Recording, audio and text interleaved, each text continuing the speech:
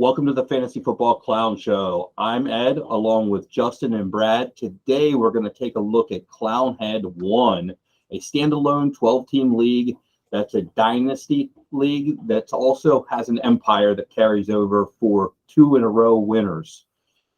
Justin's going to look at the team that drafted in the one spot, and then we'll go from there. Justin. Yeah, so River A drafted in the number one spot. Drafted three of his five quarterbacks are starters in Josh Allen, Jameis Winston, and Zach Wilson. Now I know with Zach Wilson is probably going to miss a few weeks with his knee issue, but he won't have to be used right away. Fairly decent in his running back room with Breece Hall, Antonio Gibson, CH, Ramondre Stevenson. Wide receiver core of Adams, Godwin, Claypool, and Kadarius Toney, Robbie Anderson, and Devontae Parker. Tight ends are George Kittle, Cole Kmet, and Johnny Smith. Seem to be a little shallow there with his tight end, so he's probably going to need to look and pick up maybe at least one more. With all his 23 and 24 picks and tack, he can be a real force in this league. Miley has a two spot, and the quarterbacks are king in this format. So he has Derek Carr and Mac Jones. To avoid a zero, though, injuries really need to happen to the correct starters as he has some backup quarterbacks as well. Running backs are veterans, but there is some depth here with King Henry, Connor, Damian Harris. So he does have some places he can go, with subs. The wide receivers are stout with Cooper Kupp, Tyreek Hill, Cortland Sutton, Michael Thomas, and still has a youthful A.J. Brown. The tight end room is a mixture of veterans and youth with Pitts and Ertz, so there's two decent ones there for a good room. This team needs to win, but with punting the 2 weeks that the quarterbacks are on bye, it could make it really challenging to really win in the end. The team also traded away their rookie first next year, so just to do a rebuild or get one of those top quarterbacks seems to be something that may not happen. And so really we'll have to get lucky with a player like Jalen Hurts or Davis Mills out of the second round or third round. So that's kind of what the outlook is for Miley.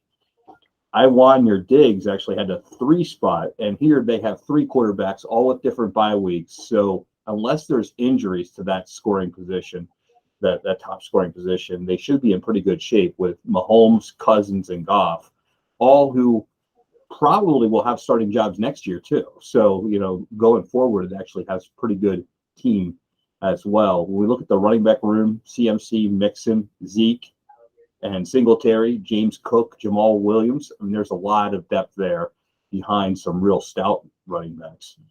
The receiver room, Debo, Brandon Cooks, Renfro, N'Keal Hardman, give a good balanced attack, even though we start 4. Alec Pierce, Donovan Peoples-Jones, kind of add some more depth to it. The tight end room is a little bit light, but something has to give on every team. And so it does have 3 projected starters, though, with Fant, Higbee, and Parham. So they should get points in the position every week. And so it just might be a 3 for 30 guy. So it'll be that sort of thing. So I think this team will be there in the end if it can kind of get through some of the injury bugs that could come into play. Brad's going to take a look at Team 4. Yep. Heek Thor Pilot was out of the 4 spot this time, and he went for more of a win now build. He went with Herbert and Tannehill for his 2 QBs, and he doesn't have much after that except for Deshaun, which will be a good piece for him, but he comes back after both of their bye weeks, so he might run into a little bit of trouble before that. He went with older elite running backs with Austin Eckler, Dalvin Cook, David Montgomery, So he's definitely trying to go heavy on running backs to win. And then his receivers are pretty good too. He went with Keenan Allen, DJ Moore, Devonta Smith, Adam Thielen, Valdez Scantling. He looks like he went a little bit younger, but they're also guys to kind of build around a little bit. His tight ends aren't as good, but they're all right. He's got Goddard and Evan Ingram, who don't jump off the page, but Goddard's definitely a tight end one, and Ingram's got a chance to be something this year. So I feel like all in all, he's in a pretty good position if he makes a move at quarterback, probably sometime during the season. Justin, jumping in with Team 5. Yes, so Team 5, KCMO Chiefs, really look to just really build for the future. A bunch of really young players, and Joe Burrow, Desmond Ritter, Naheem Harris, J.K. Dobbins, Gabe Davis, Christian Watson, Pat Frymuth. He just really looking to build around those players for the future. And he still has all of his rookie picks.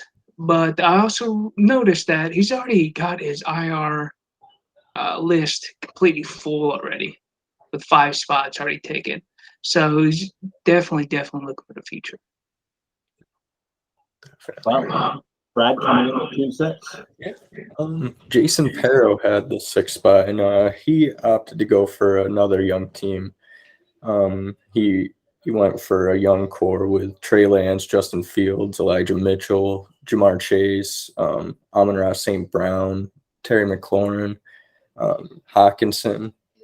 He decided to go real young and guys that are coming into their own already, honestly. So he's looking to be competitive in the next year or two. He doesn't have any other starting quarterbacks after those two, though. So he might be hurting it a little bit unless he gets a couple picks or something. But he's looking pretty good. His tight ends are Tremble, Hayden Hurst, and then Hawkinson, like I said, and Dawson Knox. So I think he'll be set at tight end, honestly, for a little while. And Justin coming back in with Team 7. Yeah, Team 7, slot 7 there, Last Action Hero. Another team that really built for the future. The 2 Oklahoma alumni starting quarterbacks. Go OU. Sorry, guys. Kyle Murray, Jalen Hurts at his quarterbacks. With starting running backs, ETN, Miles Sanders. Strongest point of his team are starting wide receivers in T. Higgins, DK Metcalf, Judy, and Hollywood Brown. He's okay, but not great at tight end with Schultz, Big Irv, and Jack Ferguson on his taxi squad. With all of his rookie picks intact, he's really looking towards the future. And Brad back with Team 8. Yep. Jim Instant Karma had spot 8, and he went for definitely a win now team. He went for an aging team for sure, but elite.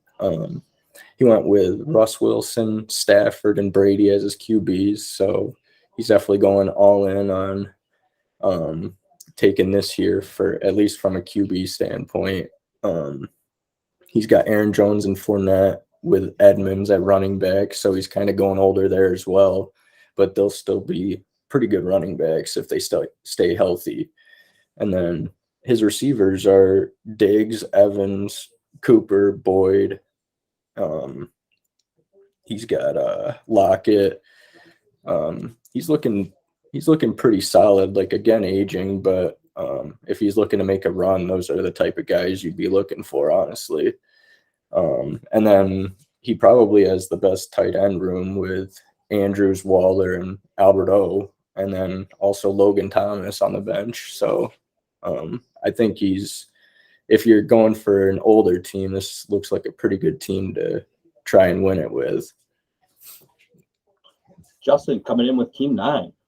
Yeah, so a Team 9, Jay Batista, he completely booted his quarterback position completely. But his kid Grab and Jonathan Taylor, CeeDee Lamb, Jalen Waddle, and Bateman is looking to continue to build for the future around those players with 4 23 first rounders, 4 second rounders, and 1/3. It looks to really control the first few rounds of the drafts next year. I picked 10 with Mala Haynes, and man, I think she's in every single league that I do. So a shout out to her and thank you for that. But this team is kind of a mix of veterans and young players. Matt Ryan, Jacoby Brissett, Dak, along with Pickett, should kind of turn into getting quarterback points all year long, because once Brissett goes away, then hopefully Pickett will come into being, and so that'll be 3 long-term starters the whole year long. So to fill in there in case of some injuries and whatnot. Saquon, Michael Carter, and Algier seems a little bit light, the running back position, but I always think that you have to be light somewhere with a scoring system like this. So just happens to be running back here for her.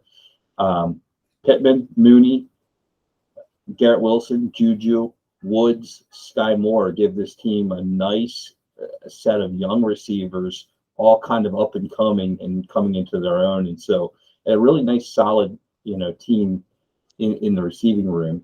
And then I have a theory. Whenever you draft a tight end that's named Kelsey, you have a chance to get 50 points on any given week. And so she has Travis Kelsey as well. And then just couple that along with Austin Hooper, who, is going to get some real playing time as well this year in Tennessee. I mean, this has the makings of a team that this should be there in the end. I don't know if it'll be a top 2 get a bye, but I think it'll be on the fringe of getting in the playoffs, and then anything happens, from that 6 or 5 spot. So that's what we can look forward to here in the 10s from the 10 draft position. The 11 draft position, it's JDM, but more affectionately known as Justin here on the line with us. So going to break down his team. This is kind of fun for me. He's got, and I should actually say that he inherited this team. This wasn't drafted by him. So, this isn't even his draft work, but it's his work after the draft of using the free agent wire and trade. So he inherited the team, and then he's run with it and made it what it is. Tua, Mills, Trubisky at quarterback. So still probably looking for that extra quarterback once Trubisky goes away. And, with the bye weeks being late on this team, it's going to, give him some room to maneuver there to get another quarterback in tow. But has Swift, Jacobs, Pierce, Gainwell, Walker, James Robinson at running back. So has a deep room. A lot of people that are coming on later, people that are going to start the year strong, and we'll see where with Pearson and Swift and Jacobs will start, and Gainwell and Walker and Robinson probably coming in the second half, and so there's enough there to really work the magic to get where you need to go for week 15, which is what we're all shooting for.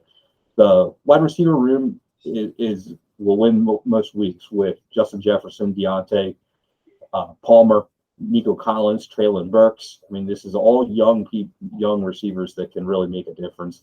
And then the tight end room is also young with McBride, Conklin, Hunter Henry.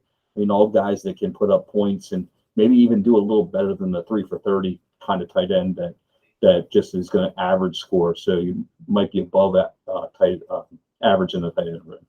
So once this season gets to a close, then I'm sure he'll look to draft quarterbacks in the 2023 draft to add to the team and turn it into a juggernaut. Now, Brad, with Team 12. Yeah, and Team 12 is actually Fantasy Clown. So if you guys are watching, you're probably going to be pretty mad about this one.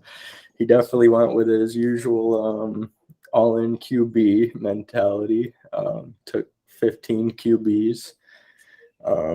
He's got 2, 3, 4, 5, 6 starters out of those 15.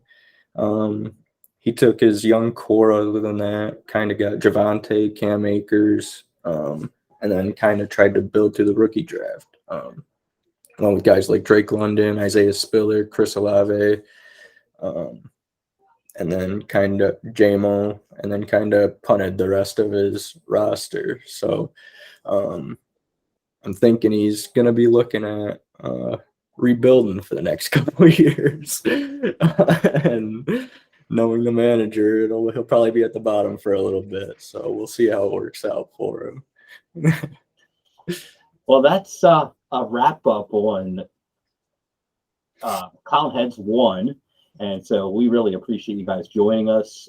Hit that like button, hit the subscribe button as these all drop. And we're real excited for who the three of us think are going to win this division and who the top 2 teams are going to be. So come back Wednesday morning, join us for that. And we'll be glad to break out our selections of who we think is going to win. So for now, I'm Ed. That's Justin. That's Brad. And we'll see you next time.